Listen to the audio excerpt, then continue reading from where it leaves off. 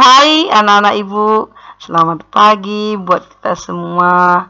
Ibu senang kita bisa bertemu kembali dan kita masih Tuhan berikan kesempatan untuk mengikuti pembelajaran kita. Anak-anak ibu, kita akan memulai pembelajaran kita dengan berdoa. Kita bersatu dalam doa.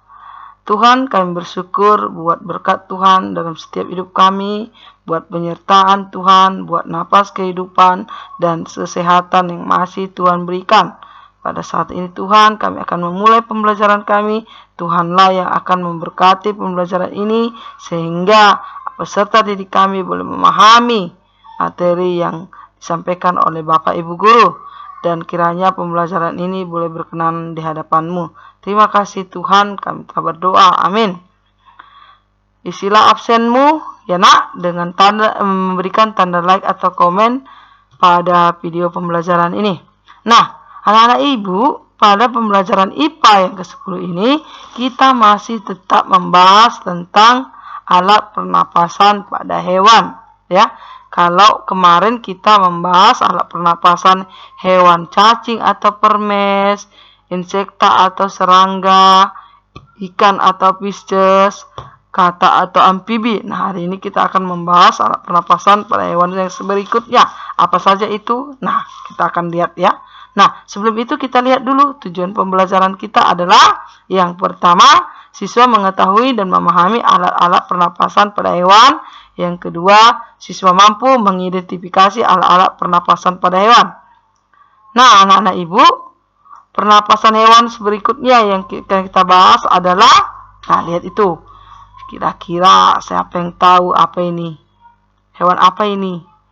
Ya, ini bukan cacing, ya, mirip tapi tak sama ya. Mungkin bentuknya aja yang panjang seperti cacing. Nah, ini adalah ular. Ini adalah kadal atau sejenis komodo. Nah, hari ini yang kelima ini kita akan membahas alat pernapasan pada reptil. Ya. Nah, atau ular. Ibu ambil contohnya di sini adalah ular ya. Nah, reptil adalah hewan melata. Ya, contoh reptil adalah ular, kadal, buaya, cicak dan biawak ya, termasuk komodo ya, Nak. Itu termasuk dalam kelas reptil. Nah, reptil bernapas dengan paru-paru. Nah, caranya bernapas bagaimana? Nah, udara masuk melalui hidung, ya. Kemudian masuk ke batang tenggorokan, lalu masuk ke paru-paru si reptil. Itu dia. Nah, paru-paru reptil berada di rongga dada dan dilindungi oleh tulang rusuk, ya. Karena hewan reptil itu termasuk hewan vertebrata ya, Nak, ya. Sudah memiliki tulang belakang, ya. Memiliki rusuk atau rongga dada juga ya. Pada reptil yang sering berkubang seperti buaya, lubang hidungnya dapat ditutup. Berkubang itu maksudnya, Nak, tahu kan Nak buaya? Nah, berkubang itu dia suka kayak berendam gitu di siang hari di lumpur atau di air ya. Itu namanya berkubang. Seperti buaya ya, hidungnya dapat ditutup sehingga tidak kemasukan air. Dia pada reptil ya. Kita lanjutnya kita lihat ya, alat pernapasan pada burung atau apes. Burung bernapas dengan paru-paru dan pundi-pundi udara, ya. Jadi pundi-pundi udara pada burung itu disebut juga kantong udara ya, Nak, ya. Nah, pundi-pundi udara atau disebut kantong udara itu berfungsi sebagai tempat menyimpan udara. Nah, saat terbang burung bernapas dengan menggunakan kantong udara atau pundi-pundi udara, ya. Itu dia pada saat terbang ya, Nak. Jadi kapan dia bernapas pada saat terbang? Yaitu pada saat dia melayang, terbang melayang. Disitulah dia bernapas. Pada saat dia mengepakkan sayap, dia menghirup udara, ya. Itu dia. Kemudian saat tidak terbang, burung menghirup napas sebanyak-banyaknya dan menyimpannya di kantong udara. Nah, jadi burung ada kantung udaranya ya. Karena dia kan cara bergeraknya bisa berjalan dan bisa terbang ya. Nah, pada saat terbang inilah kantong udara atau yang disebut dengan pundi-pundi udara ini dapat digunakan burung untuk membantu alat pernapasannya. Nah, ini dia burungnya ya. Gambar burung. Kantong udaranya ya. Nah, Nah, kita lihat lagi. Kantong udara pada burung itu biasanya berjumlah 9 buah ya nak ya. Nah, itu dia. Kantung udara memiliki beberapa fungsi. Apa saja itu? Perhatikan. Membantu pernapasan saat terbang karena menyimpan banyak cadangan oksigen. Dia fungsi yang pertama. Yang kedua, memperkeras suara.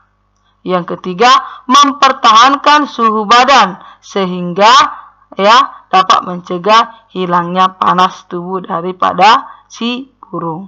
Itu dia pundi-pundi udara pada burung ya. Nah, kita lanjut hewan mamalia. Nah, ini si kuda. Si kuda itu hewan mamalia.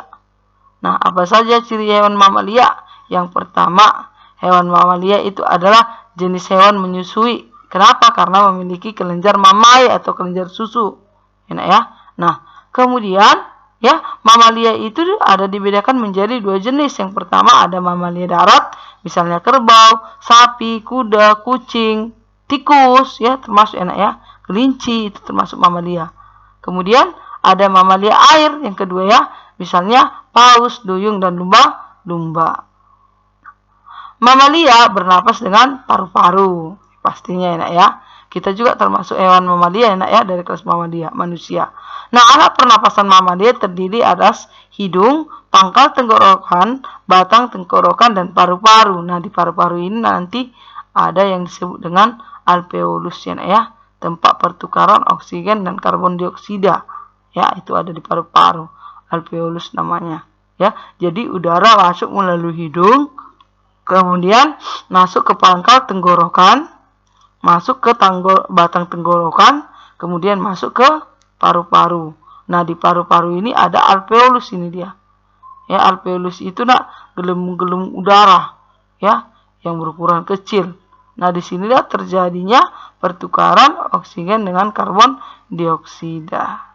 Ya, itu dia pada mamalia. Ya, kita lihat mamalia air enak ya. Itu tadi mamalia darat. Mamalia air hidungnya dilengkapi dengan katup. Ya, ini mamalia air kita contohkan di sini adalah ikan paus enak ya, atau lumba-lumba. Nah, katup akan tertutup saat menyelam dan terbuka saat mamalia air muncul ke permukaan. Ya, kan sering kita katakan mengapa mamalia atau ikan paus itu sering muncul ke permukaan? Itu untuk bernafas enak, karena dia bernafas dengan paru-paru. Ya, jadi dia mengambil oksigen dari udara. Kemudian mamalia sering muncul ke permukaan air tujuannya adalah untuk menghirup oksigen. Nah, ini ibu katakan tadi, dan mengeluarkan karbon dioksida dan uap air. Itu saja materi kita pada hari ini anak ya. Jadi hari ini materinya tentang hewan reptil, apes, dan mamalia. Nah, untuk tugas ada 10, karena kemarin kita tidak ada tugas ya, pada pertemuan kemarin. Yang pertama, cacing bernapas dengan titik-titik. Yang kedua, alat pernapasan serangga adalah titik-titik. Yang ketiga, burung bernapas dengan titik-titik dan titik-titik. Yang keempat, katak bernapas dengan titik-titik. Alat pernapasan reptil adalah titik-titik. Kantung udara pada burung disebut juga titik-titik. Paus bernapas dengan titik-titik. Lubang kecil di permukaan tubuh serangga disebut titik-titik. Alat pernapasan pada ikan disebut titik-titik. Yang terakhir enak, saat berudu, ya, saat katak berada dalam fase berudu, itu dia bernapas dengan apa? Itulah materi kita pada hari ini enak. Semoga anak-anak ibu paham. Jika ada yang kurang dimengerti atau tidak mengerti, boleh chat ibu atau boleh tanyakan di kolom komentar pada video pembelajaran pada pagi hari ini. Nah, selamat bertemu sampai bertemu pada pembelajaran selanjutnya. Tetap semangat, salam sehat buat kita semua, dan terima kasih. Salam, jangan lupa tugasnya dikerjakan.